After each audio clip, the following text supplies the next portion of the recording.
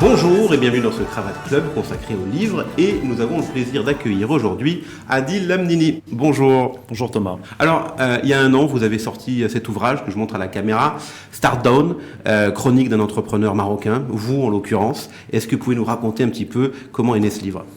Alors ce livre, c'est mon premier livre que j'ai sorti pour mon 40e anniversaire.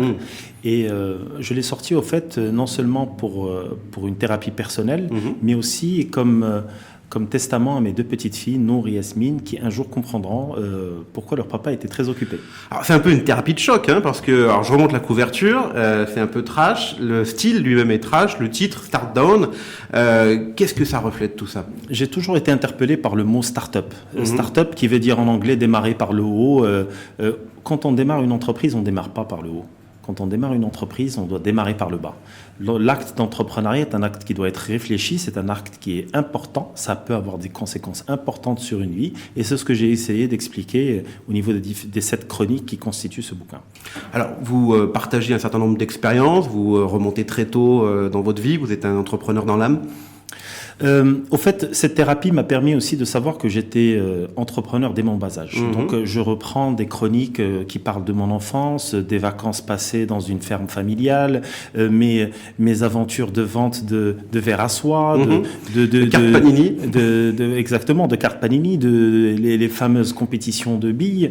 Et c'est de là où est né cet esprit entrepreneurial. C'est cette capacité de pouvoir gagner, vendre et revendre, convaincre, c'est des capacités que nous développons dès notre bas âge et je partage un certain nombre d'anecdotes à ce niveau-là.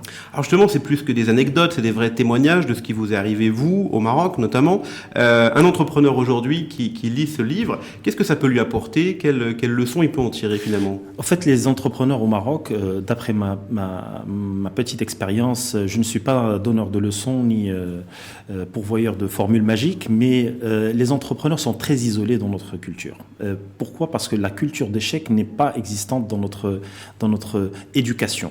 Quand on parle à un entrepreneur, on voit très clairement qu'il est introverti, qui n'arrive pas à parler de ses problématiques, qui n'arrive pas à expliquer pourquoi est-ce que ça ne marche pas. Et j'ai été très direct et surtout j'ai dit la vérité par rapport à un certain nombre de situations que j'ai pu vivre et que je suis sûr que la majorité des entrepreneurs aujourd'hui vivent. C'est réconfortant, mais c'est surtout rassurant. Alors effectivement, on sent dans votre ouvrage qu'il y a une figure d'entrepreneur au Maroc un peu différente de celle qui peut être aux États-Unis ou en Europe. Comment vous pouvez la décrire ? Le référentiel aujourd'hui en matière d'entrepreneuriat au Maroc est un référentiel essentiellement européen, voire américain. L'objectif de cet exercice était de démontrer qu'on avait des success stories marocaines. Et je prends comme exemple ce fameux épicier marocain, Moul Hanout, qui lui accuse un taux de mortalité et d'échec de pratiquement 0%, ce qui n'est pas le cas dans les startups, voire les autres entreprises qui, elles, sont à des taux d'échec beaucoup plus importants. Je prends cet exemple, pourquoi ? Pour expliquer qu'aujourd'hui, le parcours d'un entrepreneur marocain doit commencer par le bas, à l'image de cet épicier qui vient de cette campagne, qui démarre vraiment en bas de l'échelle, qui nettoie cette épicerie, qui s'occupe du rangement des stocks, qui demain va aller au contact des clients. Et je vous pose aussi la question, est-ce que vous connaissez déjà un épicier qui ne connaît pas l'état de son stock, qui connaît pas les prix de ses articles, qui connaît pas ses techniques de gestion ? C'est des entreprises qui sont rentables et c'est un exemple purement marocain. Alors si on prend maintenant un petit peu de hauteur, vous qui avez quand même une certaine expérience au niveau des entreprises, des startups, est-ce que le cadre au Maroc, institutionnel, législatif, est suffisant pour aider, soutenir les startups marocaines ? Ce qui est très important, c'est que le cadre existe. Et ça, c'est déjà un point positif. Maintenant, aujourd'hui, un start-upper ou une personne, un entrepreneur qui veut créer une entreprise et qui ne va pas gérer ces éléments-là de façon conséquente, c'est un problème pour lui, pas pour le gouvernement ou pour le législateur. Mon conseil à ce niveau-là, c'est qu'il faut répondre à des demandes existantes ou latentes. La technologie n'est qu'un moyen. La technologie ne peut pas être un business plan.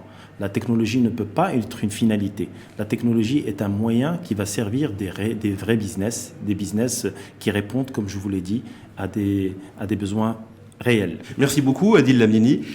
Pour les jeunes entrepreneurs qui nous regardent, s'il y avait un conseil à retenir aujourd'hui, quel serait-il? L'humilité. Ne croyez pas que l'entrepreneuriat, c'est changer un patron, c'est gagner plus d'argent, c'est travailler moins. L'entrepreneuriat, c'est quelque chose d'extrêmement sérieux. Ça peut avoir des conséquences très importantes sur vos vies, sur vos proches. Donc soyez très vigilants et prenez les choses de façon professionnelle. Il faut savoir tout faire, ne pas se laisser faire et ne rien faire. Des conseils qu'on peut retrouver dans votre livre, Start Down. Où est-ce qu'on peut le trouver aujourd'hui? Alors le livre est prochainement en vente sur Amazon, mais il est téléchargeable gratuitement pour les téléspectateurs de Cravate Club sur startdown.ma. Parfait, merci beaucoup Adil.